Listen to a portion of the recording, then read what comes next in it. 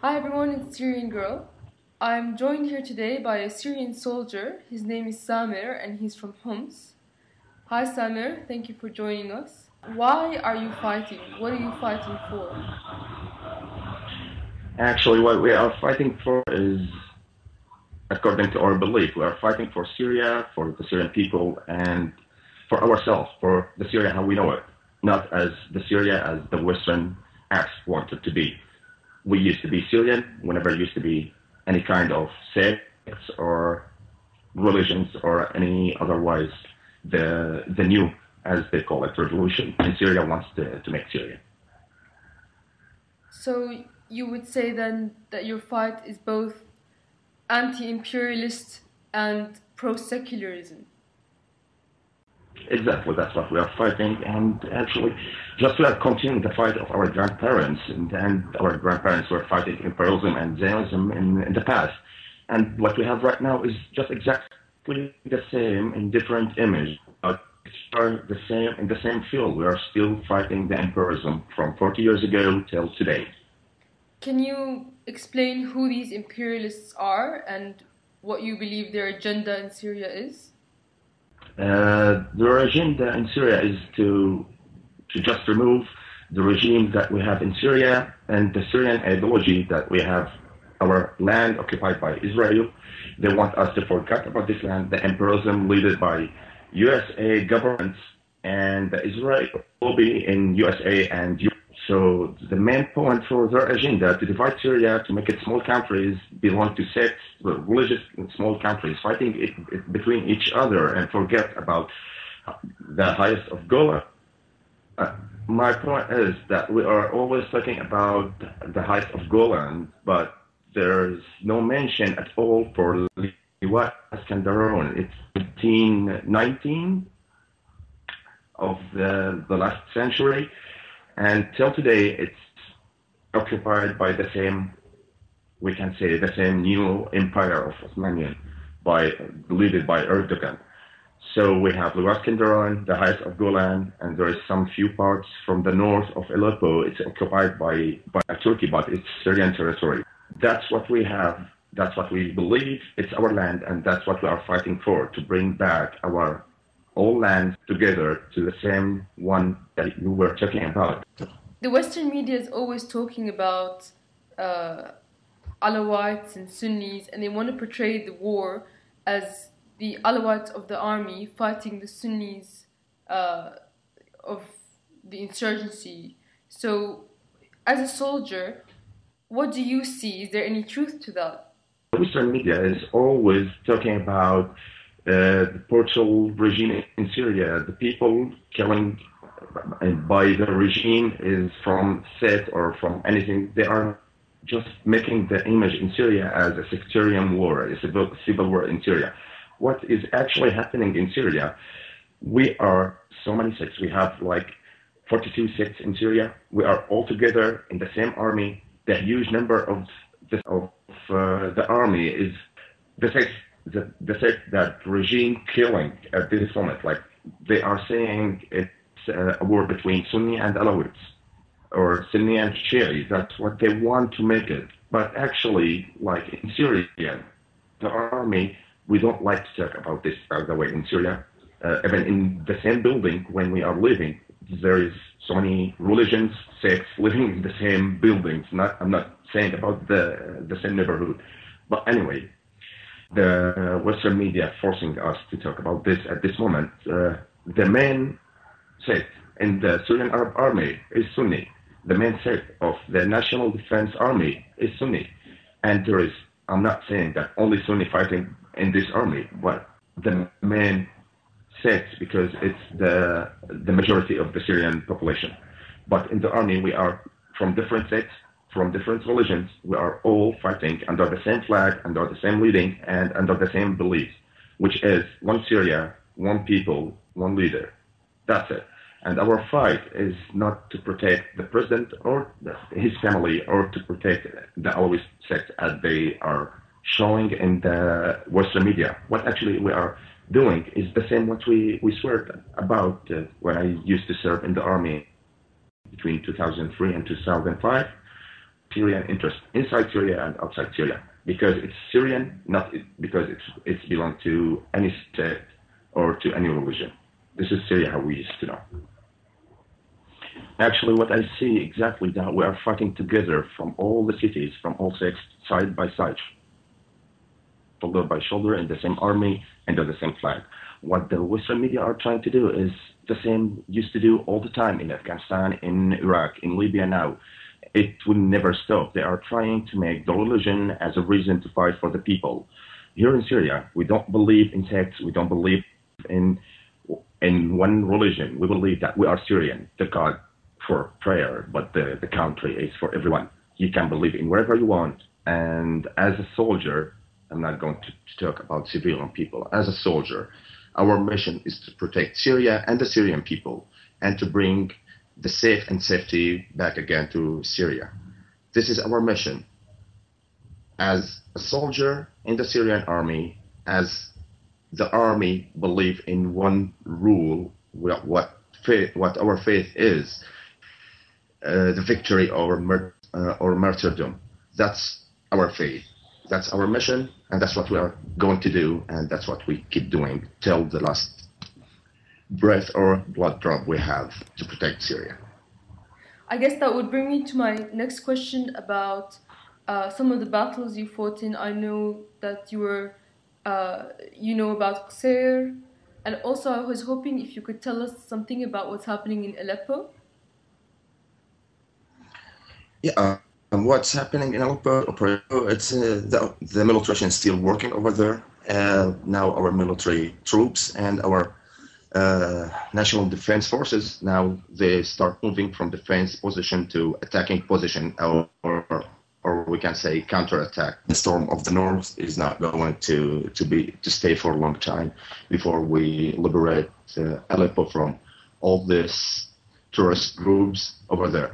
And about Qusayr, it's first of all, just let me the capital of revolution, or wherever they are trying to say. Homs is a very peaceful city, and I don't believe what they say. What's really happening was some, as we all know, into Bab Amr, and from there they start occupying street by street, and now there is 2 or 3 streets in the city occupied by these people, and they are just trying to hold on as long as they can. But they are just trying to catch this life. They are trying to find some way to escape, but they cannot do anything in Homs. And about Qusayr, the same thing. They pushed all the people from their villages on the countryside of Qusayr, and from Qusayr itself. The majority of Qusayr, it's not Sunni or Alawites or anything. It's a very mixed city. There is Christians, Muslims from all sects, Sunni, Shiites, Alawites, Durzi. There is from all the sects. What's really happening, this is imported from Syria. Even if there's some Syrian people between them, but those Syrians were living in Saudi Arabia or in Kuwait or in Gulf area anyway. So what's really happening, the people of the city didn't do anything. They were against all these problems in their city. In Qusayr, after we liberated, what we faced over there was really, according to what they say, the strongest resist from their side. What actually happened, it was a battle for 3 hours. In 3 hours, we could enter the city. We could reach the center of the city. We put our flag on the tower of the clock of the city, and that's what happened. But what really faced over there was the caves and all these tunnels they have under the ground. We are fighting rats. That's what what's really happened. Now the city is peaceful, safety, and the people are start going back. So many people already now they're back to their houses, and still so many people going back at these days, and even at this moment there are some people going back to their city. Great. And the last thing we have here is the countryside, or the rural Damascus. In rural Damascus, what we really now having are some few pockets in Daria or in Jober. not a big resist over there, but again, we are facing the tunnel and caves things. We are trying to not use heavy weapons. We, as an army, as an official army, we can use one muscle, land to land, and we can destroy the whole city and finish Jober and Daria.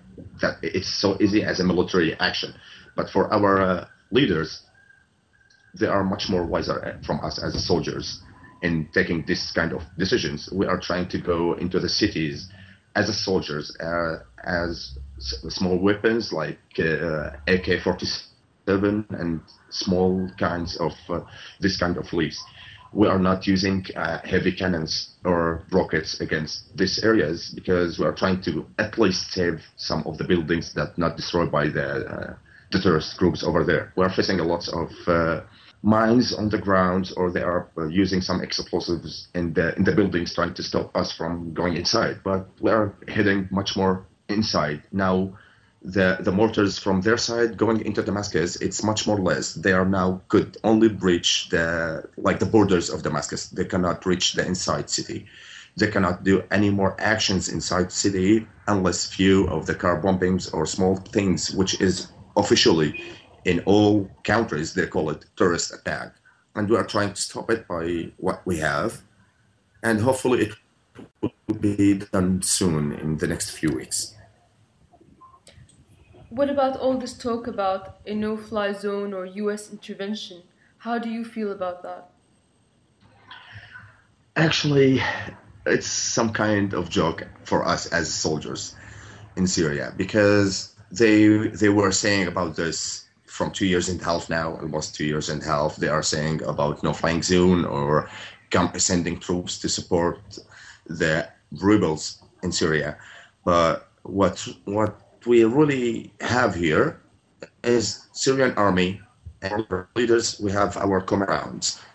When they say there are people from outside or any kind of military are going to get one step inside Syria, we are going to protect our land, not only from terrorists in this kind, with all respect for Iraq or Libya or all these patriots people over there who is fighting against occupation, but this is not any kind of these countries. We are all ready for anything what Syrian Arab Army means. We are not a joke. What do you think of the Syrian National Council and Idris and the Turkish puppet government? I really don't think anything about these people. In the end, 200% outside of Syria. Most of them, they didn't step in Syria at all. Most of them was born outside of Syria. And all of them are the puppets of USA and Israel and the Gulf countries and Saudi Arabia and Turkey and all this, which we consider them as an enemy. And for us, as Syrian soldiers, I'm not going to talk about civilians again. I'm talking as a Syrian soldier. Anyone shake hands with Israeli enemy, with Israeli soldiers or government or any Israeli nationality, citizenship, he is our enemy. If he is Syrian or not, anyone shake hands with Israeli is our enemy. So this, whatever they call themselves, they not present the Syrian people. They are not present the Syrian goals. They are not present our cause. Our cause is to liberate the highest of Golan, to liberate West Kandaron, and we are not going to stop until we bring back Al-Quds to the Palestinian people. This is what our last president, Hafez al-Assad, may his soul rest in peace, was saying always. We're not going to stop till we get back this city. It's a holy city for all kind of all human beings, not only to Muslims, for Christian, Muslims, and Jews themselves. The Israeli is not a Jewish.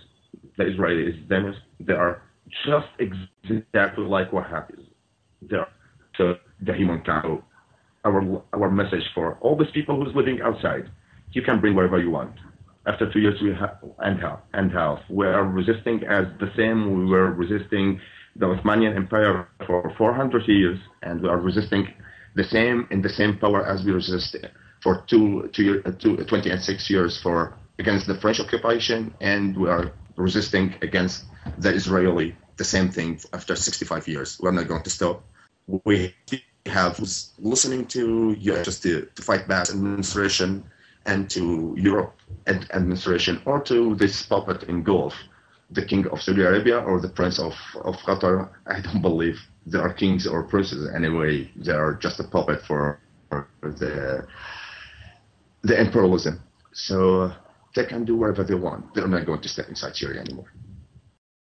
I guess I'll ask you one last question. Would you say that the insurgents calling themselves the Free Syrian Army or AlQaeda or Jabhat al-Nusra, do you think that they realize that they are serving Israeli agenda? Yes, I do believe it. To be honest and to be fair for both of them, AlQaeda, they are the creation of the United States. They were always saying, to fight Israel, we should start fighting in this country or in this country. They start in Afghanistan, and then they start in Iraq, and then in Libya, and then in Tunisia, and now in Syria. And they didn't fire even one single bullet in Israel, or send a car bombing, or someone holding a knife to attack one soldier. Oh, so they are not going to attack Israel. They are the puppet of Israel. They are their soldiers. And about the FSA, which it's not an army, it's just remind me about Lahad army in South Lebanon. They are just the same as Israel Defense Army. They are protecting the borders of Israel. Even after the airstrike by Israeli jets on some Syrian army points, the opposition outside Syria and the FSA and AlQaeda by Jabhat al-Nusra or whatever they call themselves, they said exactly that if Israel went into a war against Syria and the Syrian Arab Army or the President Bashar al-Assad, the FSA and Jabhat al-Nusra and all these people who support their own people, they are going to fight their own army, they are going to fight their own president. I don't believe these people are qualified enough to hold the nationality of Syria. We are here from 13,000 years ago. Exist. We faced so many wars, and from all countries, even the great Roman Empire tried to attack this country as a Syria, and they failed. This is Syria. We had queens in Nubia. We had the Phoenician. We had the whole civilization in the world. We are the place where the civilization birth was, and we are continued as we were before. Great. Is there anything else you'd want to say to the world? I know that the Syrian soldier's voice isn't really heard in any of the Western media. So is there any last message you'd like to give?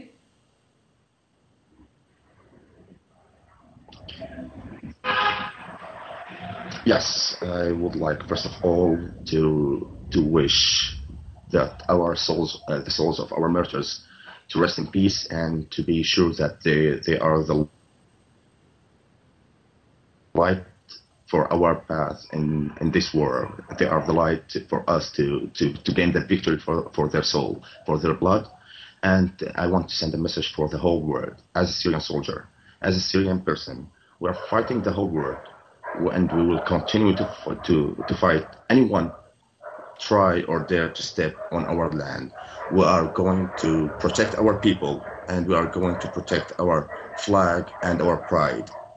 We're not going to surrender. What we have now is one option: to gain the victory or to die trying to do. This is as a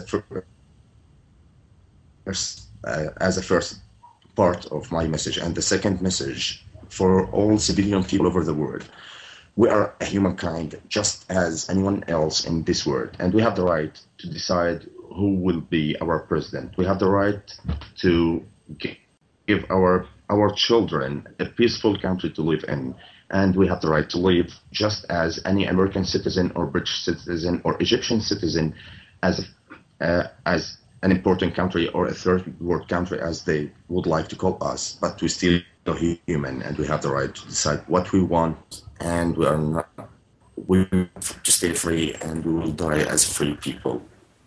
This is Syria, the cradle of civilization and the path of Christianity and Islam, and this is my message, and I hope people will understand what we are facing here. So thank you so much for joining us, and may God protect you and all our soldiers. Thank you so much for listening to me and for trying to help us to make our voice reach the people, and hopefully the people will understand what's really happening here. We are facing, actually not we're facing, we are fighting for the whole world against the imperialism. It's the Third World War, but on the Syrian ground. And again, thank you so much for Thank you so much. the opportunity to make our voice heard by the world. It's my duty and my pleasure. Thank you.